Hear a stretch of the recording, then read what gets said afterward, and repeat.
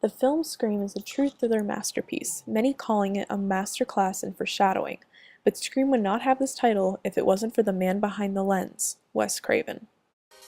Director Wes Craven has kept audiences on the edge of their seats for more than 25 years, but the director of such hits as Nightmare on Elm Street and Wes Craven's new Nightmare, his latest effort is Scream, and I am pleased to have Wes Craven join us now for a conversation about a film which is more than simply a horror film. It's more of a thriller than it is a horror film. Welcome.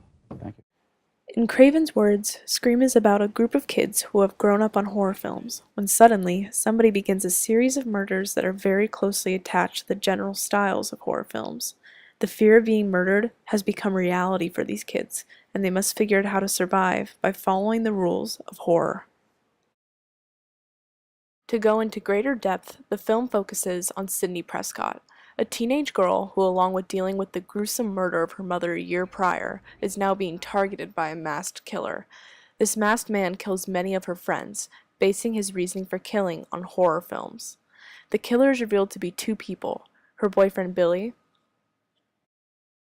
and his best friend Stu. It's a surprise to the audience, but at the same time, it isn't. In fact, Craven foreshadowed this outcome plenty of times throughout the film, making the final reveal that much more intense. He's out there! No, give me the gun. Give me the gun. It's okay. It's okay.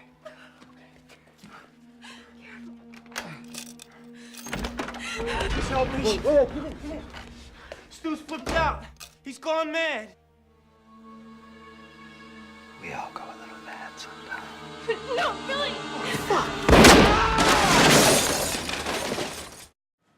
In the end, Sydney survives by the skin of her teeth along with 3 other people. This leads us to narrative form. Randy Meeks is the character that lays out the film's entire plot and structure through his knowledge of horror films. In a video store, Randy Meeks tells Stu, one of our killers, that he thinks Billy is the killer, and that his motive might be because Sydney won't have sex with him. He is basing his reasoning off horror films, but everything he is saying ends up being true. It's the perfect example of foreshadowing and structure in 3 minutes. See, the police are always off track with this shit. If they watch Prom Night, they'd save time. There's a formula to it. A very simple formula. Everybody's a suspect. Now this next part here is key to the story and is another example of Craven's foreshadowing techniques. It's a little loud, so prepare yourself. I'm telling you, the dad's a red herring. It's Billy. How do we know you're not the killer? Huh? Huh? Hi, Billy. Maybe your movie-freaked mind lost its reality button. You ever think of that? You're absolutely right. I'm the first to admit it. If this were a scary movie, I'd be the prime suspect. That's right. What would be your motive? It's the millennium. Motives are incidental. Millennium. The use of loud music and close-ups basically tells us who the killers are, but Craven manages to keep everyone a suspect. Later in the film, Randy lays out the exact rules of horror, stating that in order to survive a horror movie, you have to be a virgin. This makes sense because they only truly try to kill Sydney after she has sex with Billy. The other rules are that you cannot drink or do drugs, and you never say, "I'll be right back," because you won't be back. Everyone who breaks these rules dies. Coincidence? Obviously not. And to say, I'll be right back, because you won't be back. I'm getting another beer. You want one? Yeah, sure. I'll be right back. To really see Craven's talent when it comes to mise-en-scene, it is important to focus on the opening to the film. We see Casey Becker, the portrait of innocence, light blonde with a bob haircut and a pale yellow sweater, screams innocent teen. It tells us she is homely and sheltered, the setup of a perfect victim.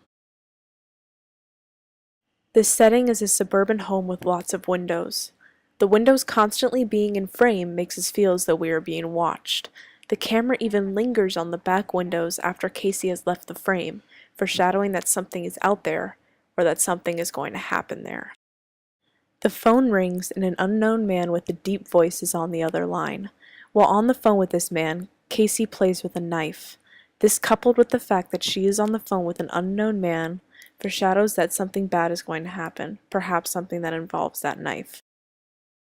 While on the phone with this man, Casey shuffles her popcorn that is only starting to heat up. But as the opening progresses and the man on the line gets more intense, so does her popcorn. The popcorn bag rising matches the intensity of the scene to the point where it bursts into flames as she's dying. These small details create the beautiful piece of work that we call Scream.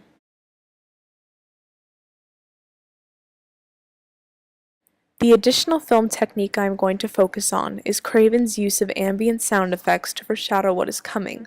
When the man Casey is on the phone with reveals that he can see her, we hear a dog barking in the distance. This tells us someone is out there. You never told me your name. Why do you want to know my name? I want to know who I'm looking at. What did you say? I want to know who I'm talking to. We hear a dog barking again later before Sidney Prescott is attacked for the first time in her home. Recurring dog barks are barely noticeable and seem to just blend in with the ambient noises, but they signal to us that someone is outside.